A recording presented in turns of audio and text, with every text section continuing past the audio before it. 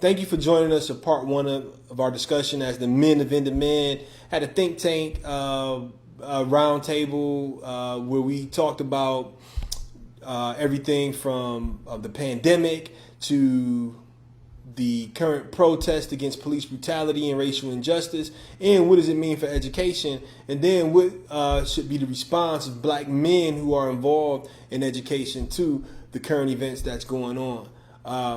Part two is coming up.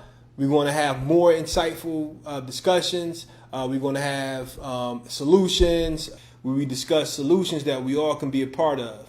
Stay tuned. Most schools, probably not many schools, have African American history or African history at all. So is that a norm? That should be a norm across the board to explain to the students and ingrain in them the things that we have to overcome so that they have an understanding of what's happening now. And now we're not just wilding out. Now we just protesting for nothing, because even some of the parents, you know, they're not giving a level of information to the kids of why things are transpiring the way that they are. So that has to be something that's a norm, you know, from elementary, kindergarten, first grade, you know, up until, you know, the upper levels of education.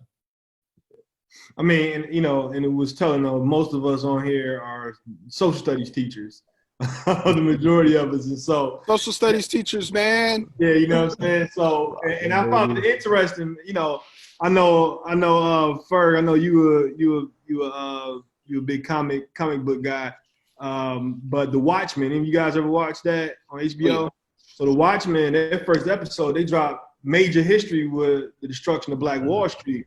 And I remember reading the tweets and everything, and people were like, "Yo, I thought that was just something that The Watchmen made up." I'm floored that that's something that actually happened in history, you know. And the fact that it took in was that the beginning of the year 2020.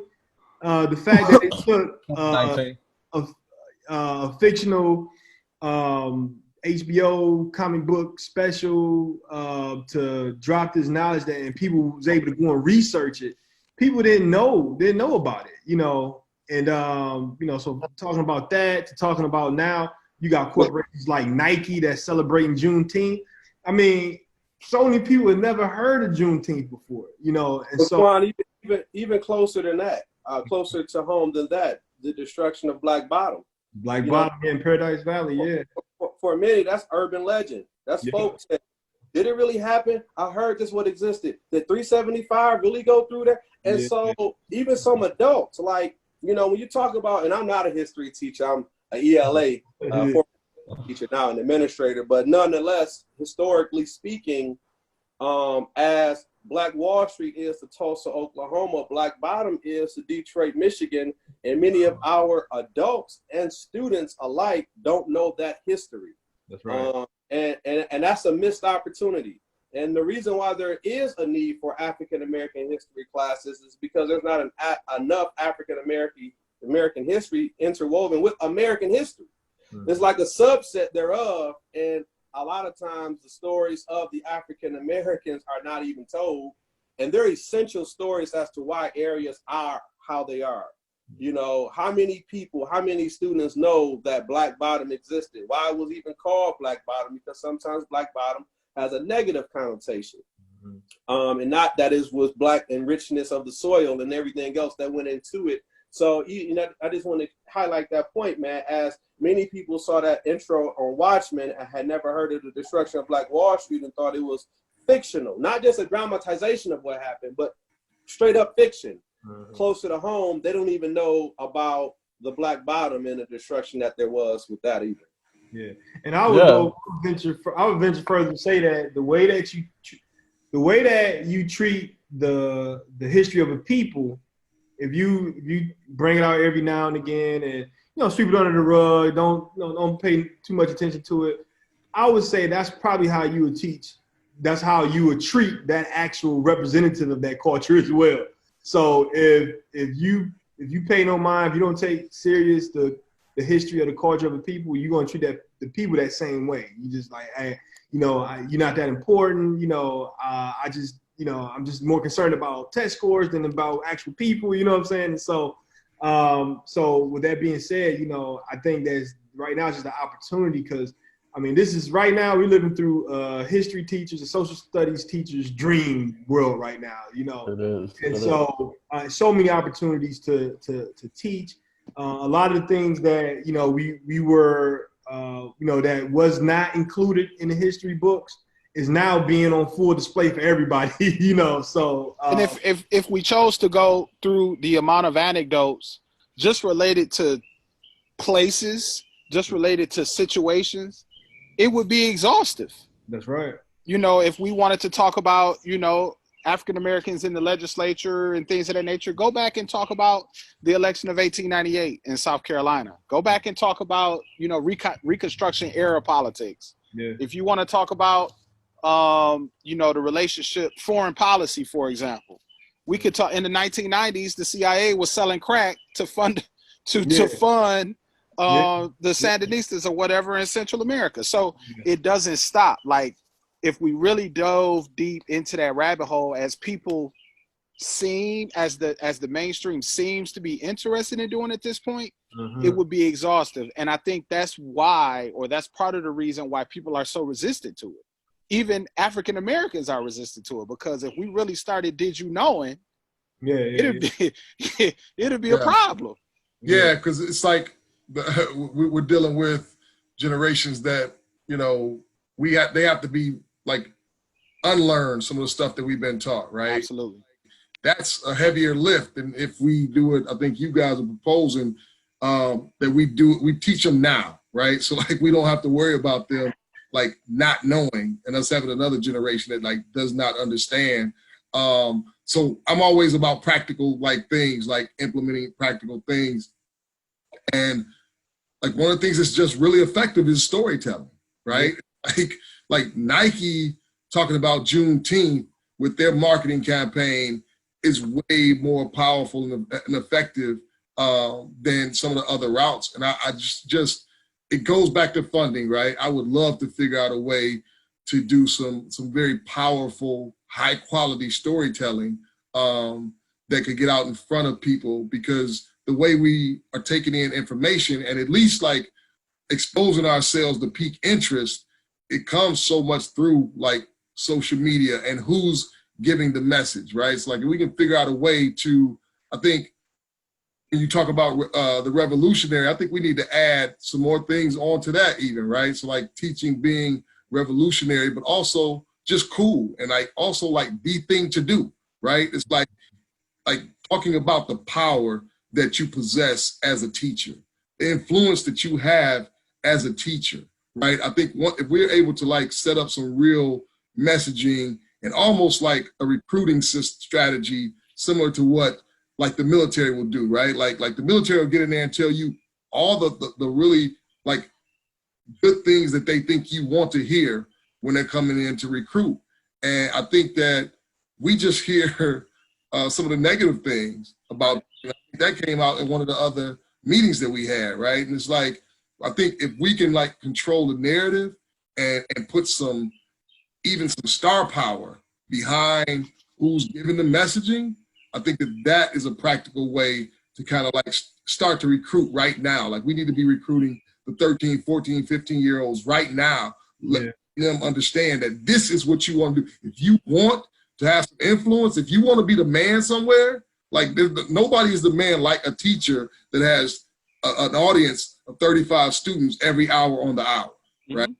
So if you want to go viral, teach. You know what I'm saying? Absolutely. And everybody wants to teach at a school with good culture. So going back to what we talked about, in terms of the development and recruitment of more counselors and social workers to not exacerbate some of the negative things that's happening outside of the school and be able to address them in a way that's rehabilitative and caring, I think that can contribute to improving one of the things that's keeping people out of school, because people talk about not wanting to be in a school for money or the lack of money, but a lot of times it's complaints about their perception of what young people are doing or not doing. And I think if we were able to better handle those things from a developmental perspective, I think that things would improve. I'm gonna move on to the next question, and it's really right up Dwan's alley, because I think that in it's all hands on deck, and Quan says that a lot. Everybody has to come to the table in order to reform school. We know the power of school. We know that school. What happened? This is a perfect example of how what happens in society affects schools and vice versa. And so the question is, how will schools leverage connections with the business and civic world to ensure that the pandemic does not exacerbate presently giant gaps in achievement and service? There are already issues or perceived issues in terms of gaps of achievement and things of that nature. How do businesses and government and the nonprofit world come together with schools in order to serve the young people in our communities? I'm gonna go ahead and jump in real quick. Schools have to see students as assets, like viable source of workers for their business eventually in the future, and then invest in them. So those types of things and resources are slowly coming back into the schools, but we still need more of them. We still need people to have opportunities for students to, have hands-on. Maybe you're not focused at the high school. You need to come to the middle school as well, and offer some type of hands-on activity where students can say, hey, that's the avenue of training or career field that I might be interested in, and generate interest, which it seems like more times than not, our career days are only limited to career days. They're really not focused on a career week or career month. So we got to grab them while they're at their earliest levels of understanding, and continue to hammer them with that, those options, so to speak. So one of the things that come to mind, no, that's good. That's real good. One of the things that come to mind for me, and I've been thinking about this a little bit lately, right, is that we don't have, to my knowledge, a group that audits these businesses and nonprofits when it comes to their social impact giving and investing. Right? So when we're sitting at the table, it's them saying, here's the criteria, here's the boxes that you need to check in order for us to fund your initiative, right? It's that is so out of balance, right? It's I don't think that we use the power that we have. I don't even know if we see it, right? So I think that we need a structure and a body in place that says, here's the criteria that we want you to fit. Here's the boxes you have to check, right? Because at the end of the day, all of our ability and ideas without the capital behind it is not going to get it. But all of their philanthropic dollars without our ability is not going to do anything. It just sits there, right? So the power, if we are able to identify it, define it, and say, look, you're not the only one going to make the rules. We'll all speak into the rules. We'll create the rules together, right? I think that starting there, that's a way to have some influence on what initiatives and how those dollars are spent from the business community and philanthropic world. And that's my thought. You know what, Quan? And similar to your point, Dwan, Quan, you again kind of ushered in the blueprint for this. And again, when we sat down 4 years ago and I was trying to come up with the game plan, the scouting report, if you will, for how to effectively run a school as a leader, you reminded me of the importance of just going door to door in your community as a leader and asking. And many of these businesses will provide services in kind.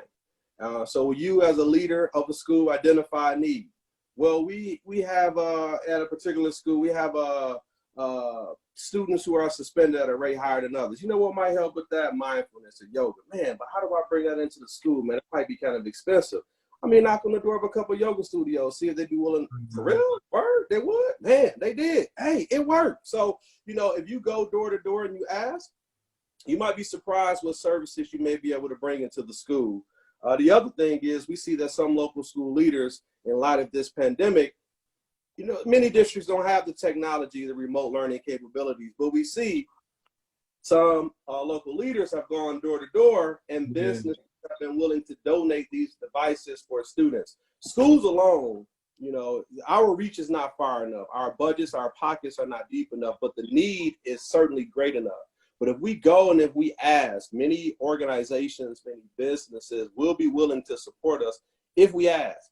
But you can't just go and ask and knock on doors when you need something. You have to invite those organizations in throughout the year to partner with you. I remember when we started a community garden at my school, I went to some training for how to launch a community garden, and they showed us this diagram. In the center of the diagram was the community garden. On the exterior of the diagram were different entities: the police station, the corner store, the local church, the local bank, the local business. And the question that they pose is, what do all of these entities bring to the garden, and what does the garden provide for these entities? And that was a metaphor for how do you galvanize the community? What does the school do for the community, and what in turn does the community do for the school? And a lot of times all it takes is a school leader or a school representative going door to door and asking. Be very clear in what you need, ask for that, and you'd be surprised who'd be willing to help. Yeah. And and that's one of the things I like to talk about, really, is because as teachers, man, it's in our DNA to try to do it all, right? And that's the quickest way to burn out, is to try to in saying that the success of our students is too daunting of a task for educators to handle by themselves. For a school to handle by themselves. And so just like with the pandemic, there were certain school districts that were able to get computers and stuff like that, but that came from the donations of the business community. And so I think that's, like you said, that's the blueprint right there. I mean, I'm reminded of a book. It was called The Price They Paid by Vivian Gunn Morris and Curtis L. Morris. And this was about a school district in the South. I believe it was in Alabama, I think. And what ended up happening was, and this was an all-black school, and it actually came about 10 years after the end of slavery, right? And so these African Americans in this community, and this is before states were even funding public school, right? They got together and gave part of their land to build this school, right?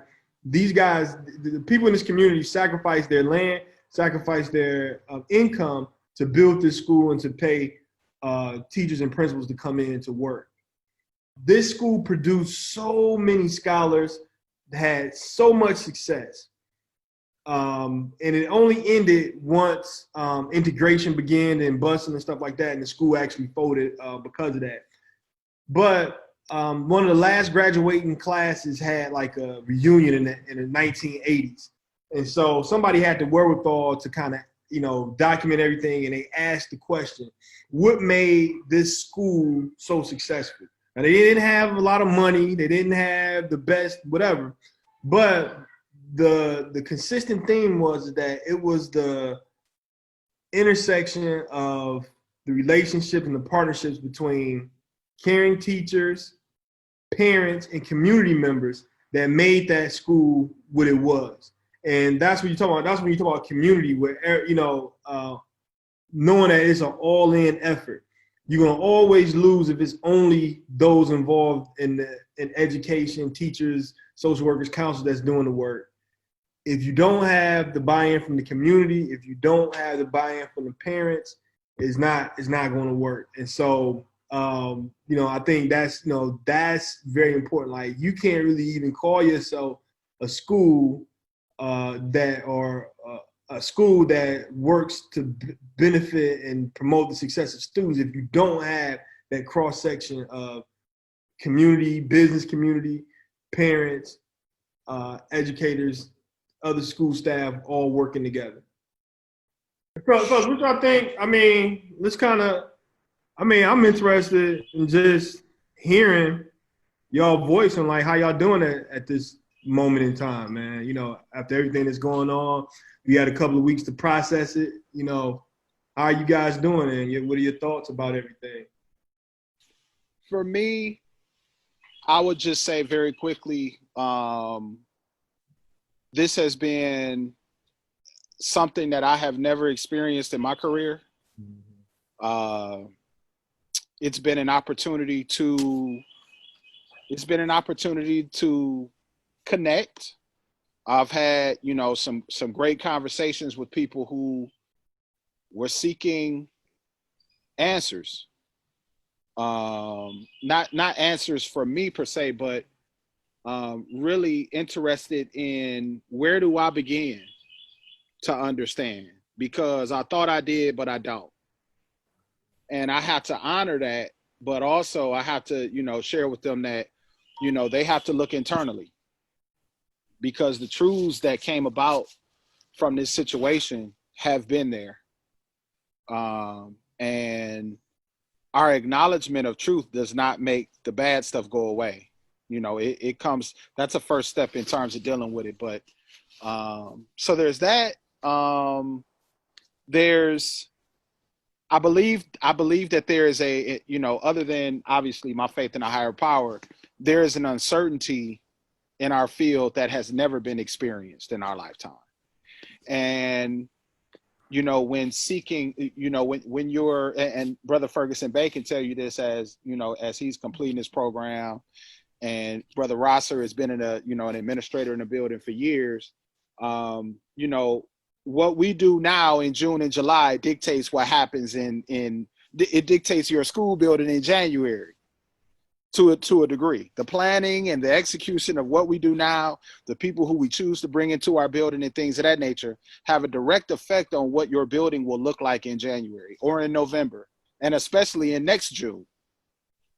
And so for the first time in my career, I don't have any clue as to what that's going to be looking like. So I'm just trying to advise and advocate and support my brothers and sisters that are in districts and being able to make wise choices, answering questions when I'm asked, giving my opinion when I'm asked. And that's kind of where I am right now. But I will say also that the flip side of it is this has been a blessing in the fact that I've been able to really firmly reconnect with my family, and reconnect with my God, and do some of the get engaged in some of the things that I had put off by giving my 110% every day to kids. So that's kind of where I am today.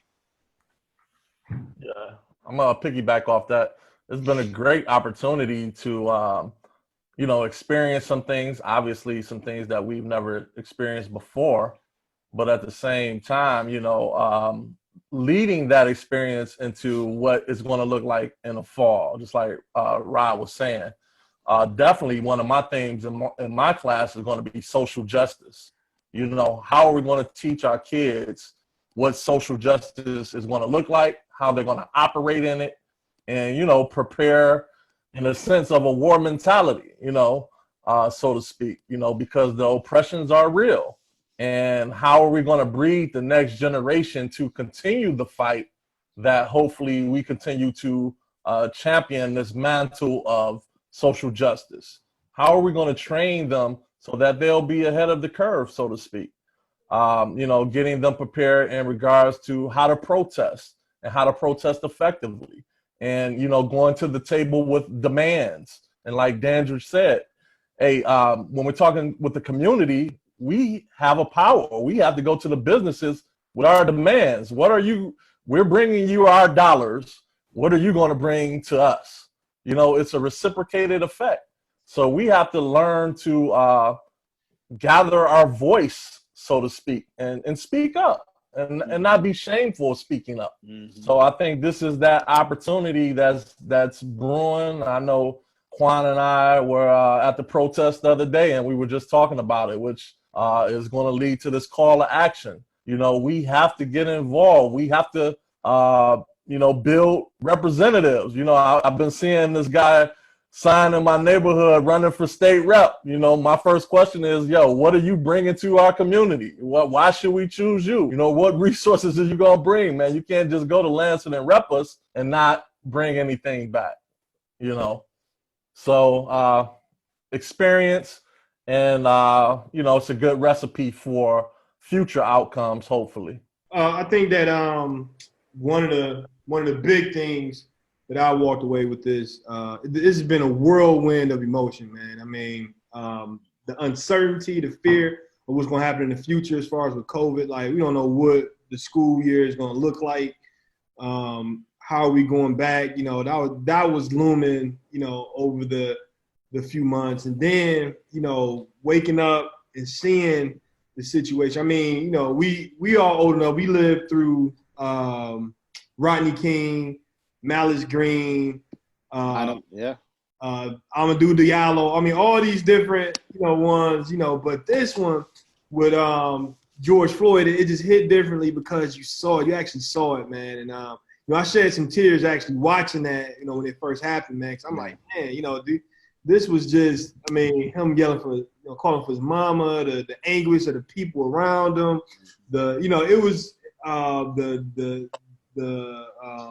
aloofness and not caring of the officers and things like that. I mean, it was a lot of emotions, man. And I think that as teachers, as Black men, you know, it's very important. What I've learned is very important for us to kind of talk. I think we jumped on the call, like, I think right after it happened. And, you know, to be able to express ourselves, to be able to talk about it, you know, that's something we need to do as adults, as grown men. And so I can only imagine what our kids have to do. You know, that's to bring up that point as far as having counselors and stuff in the school. Like, we have the whole nation, the whole world has been traumatized, you know what I'm saying, these last few months. And so along with the uncertainty of what's going to happen in the fall, one thing that is certain is that we will need to have counseling with our, you know, students are going to need counseling. We're going to need to process this stuff, man. And so I think that the good thing is, I mean, just to see the outcry for justice across the world, man. And it happened like that, you know, when people saw, I mean, the next day people were crying out for justice, man. I think that showed that it was genuine, you know, and to see that cross section of, you know, I think finally, you know, as I think about it, like, you know, Black folks have been fighting and protesting in this fight for centuries, right? Right. And so to be able to sit back to see in droves that people from other ethnicities, all walks of life, even like certain in the business community, entertainment field, how they're stepping up and letting their voice be heard too. You know, that is something that's unifying. And I think that if it can be done for this, like, you know, I have high hopes to what can be done in education as well, in business as well, you know. So, you know, as Juneteenth is coming up, as Blackout Day is coming up, you know, I'm expecting that, you know, this spirit will continue, and it will permeate in all realms of life in which needs to be redefined. If I could say real quick before he jumps in, to me, our people are so resilient. That's and right. Have been. And that's what, you know, I can rest in that. Yeah. Because our people have transcended so much over time that we will figure this out. We will figure this out. We will continue to move forward, and we will continue to support our people. Like, I have no questions about that. And when you can rest in what the ancestors have done, I think that it can let your mind and your spirit be at ease. And I just wanted to say that. No, that's perfect, man. And I kind of wanted to reference the ancestors. So that was a perfect segue, man. We got this little back and forth, ones and the twos going a while. And so that was a perfect setup, man. For me, I've been really enlightened. For example, man, I've taken a trip down memory lane, and we did live through the Rodney King and the Malice Green situation. But It didn't dawn on me until the other day that Rodney King was only 25 when he went through that. It didn't dawn on me until the other day that Malice Green was under 40 when he was killed. And as a relatively young man, 39, it didn't dawn on me, and Quan and I were talking the other day, both Dr. King and Malcolm X didn't make it to C40. Amen.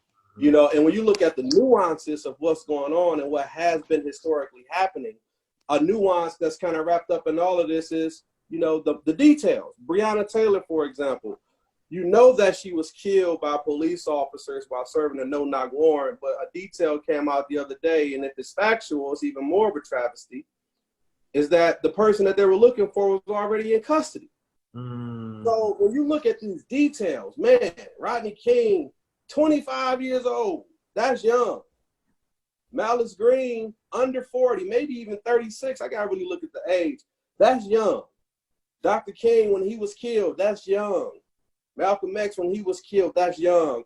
And it really just puts things in perspective, man. And this George Floyd thing is unlike anything else I've ever seen, man. It really strikes a chord because you look at the malice, the hatred, the slow death that man was forced to endure, and how casually the police officer went about doing it.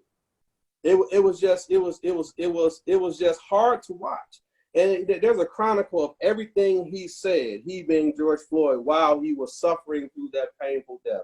And you can just hear every single thing, literally and figuratively. Like you can actually feel what he was saying. I can't breathe. I can't breathe. Where's my mother? I mean, just the call for help that he's exclaiming as this is occurring, to no avail. And, you know, it really is a call to action. It really is a time for America to reflect and put some plans in place to how we're going to address things moving forward.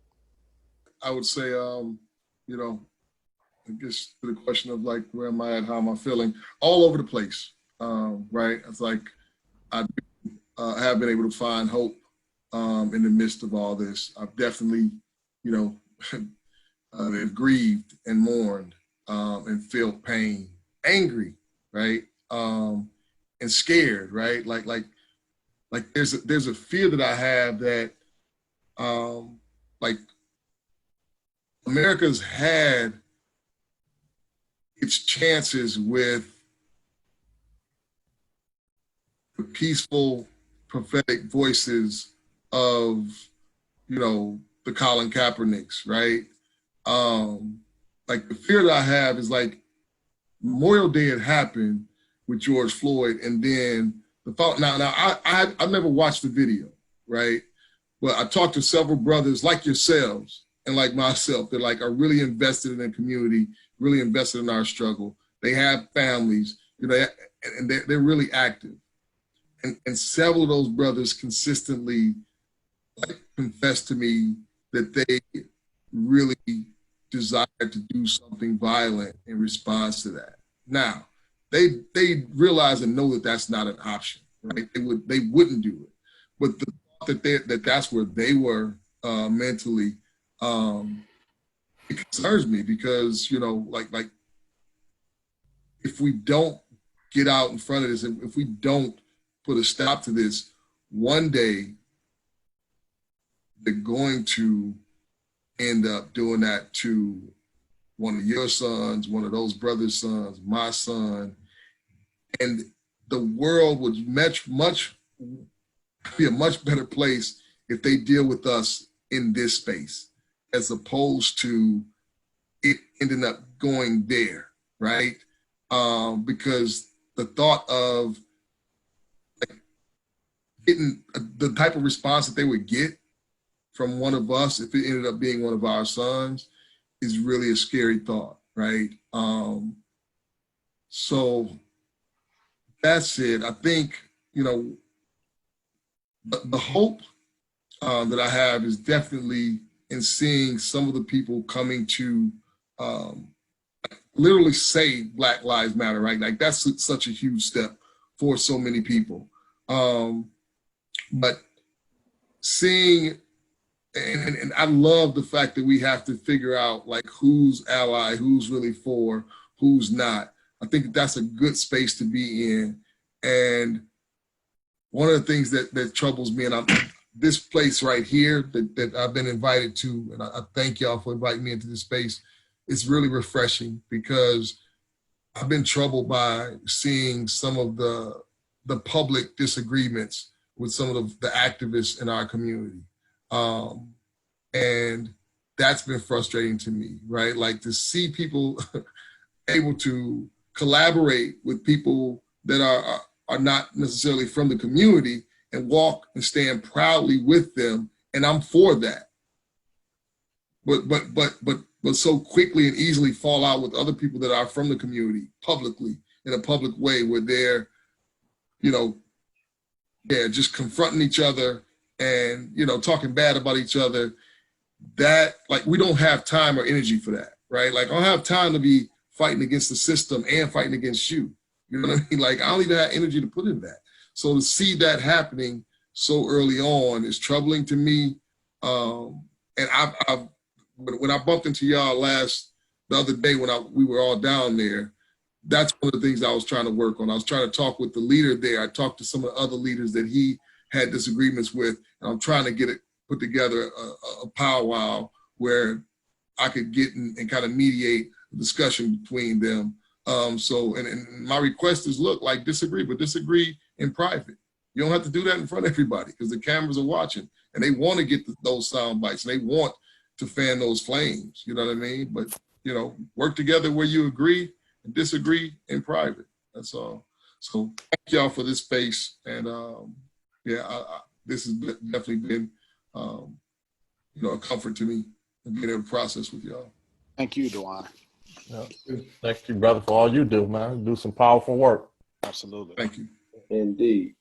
Yeah. And so, I think that's our time, but we want to do this again. If there's any, if those watching, you have any questions, drop them in the comment section and let us know if you want to, just hear more from, in a format such as this, where we're kind of talking about the educational landscape in these uncertain times. And, we'll definitely try to make that happen.